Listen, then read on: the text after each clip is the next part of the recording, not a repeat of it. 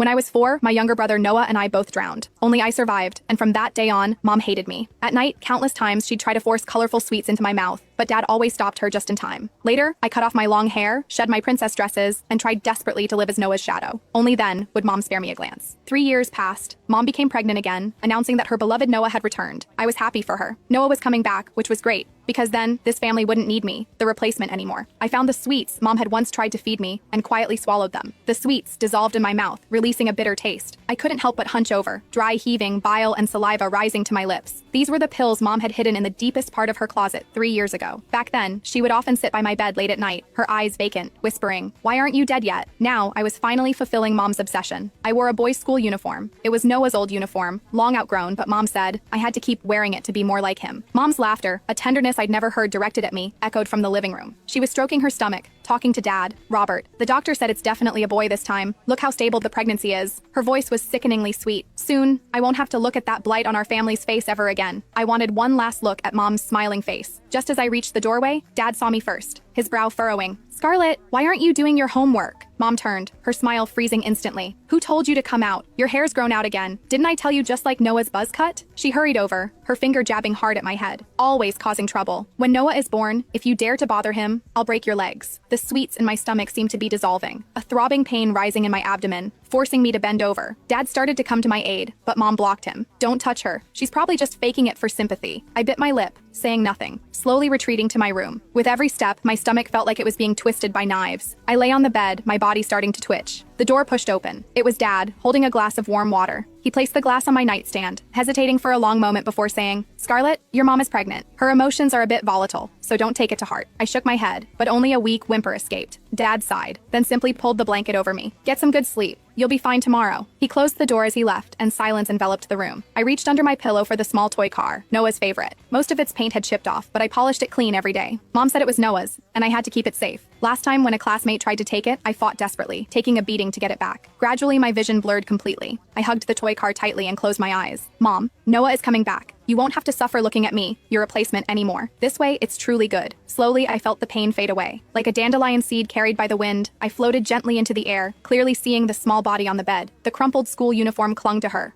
face as white as paper, her lips an unnatural purplish blue. A smudge of undigested bile still clung to the corner of her mouth, and in her hand, she clutched that small toy car. Mom pushed the door open just as I was looking down at my own hands. They were transparent, allowing the sunlight to pass through them, revealing a photo of Noah. She didn't glance at me on the bed. Instead, she walked straight to the desk, picked up Noah's photo, and meticulously wiped it clean, murmuring, "Noah, Mom's going to buy you a new bassinet today. Do you like blue or yellow?" She turned to leave, accidentally kicking the bed frame. Only then did she impatiently glance at me on the bed, frowning. "Still sleeping? The sun's practically noon. Get up and make breakfast. Do you want to starve Noah and me?" I floated in front of her, trying to speak, but she couldn't hear me. She shuffled out in her slippers, still humming a lullaby. From the living room, I heard Dad, Robert, scrambling eggs, and Mom's, Claire's, instructions. "Add 2 more spoonfuls of sugar." Noah always loved sweets. I floated to the kitchen doorway, watching Dad put pancakes on a plate. They were heart-shaped. I used to love pancakes like that too, but ever since Noah died, Dad had only made round ones. He said Noah didn't like anything fancy. Mom took the plate.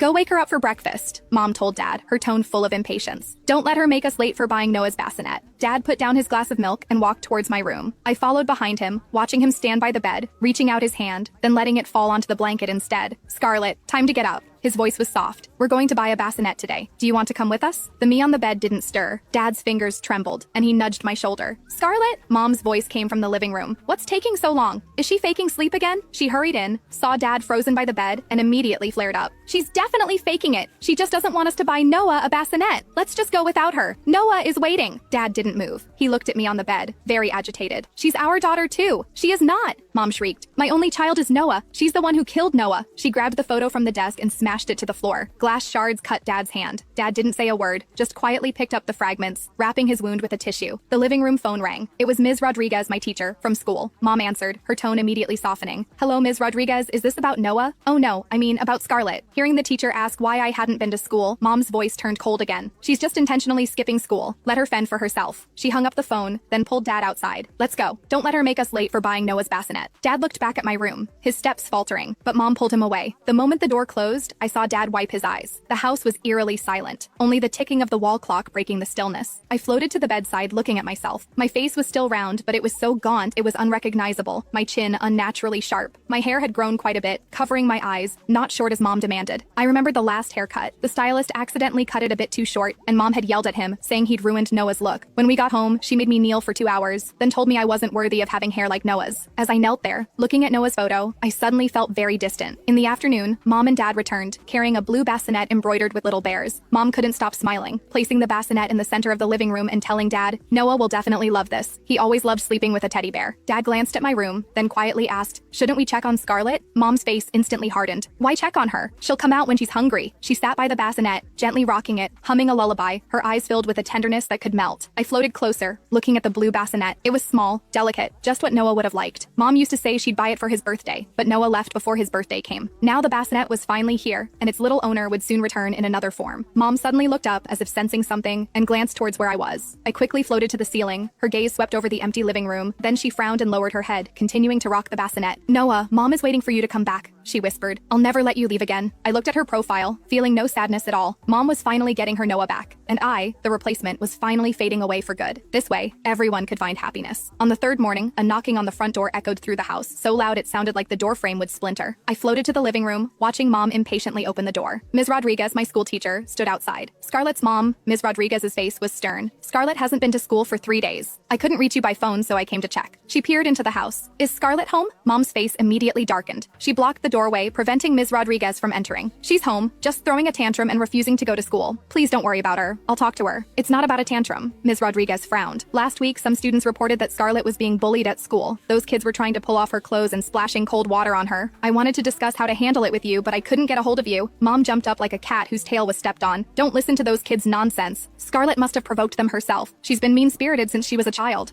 Ms. Rodriguez's face grew even more serious. "Scarlett's mom. I saw Scarlett's injuries. They're all recent," Mom shrieked. "If she were well-behaved, how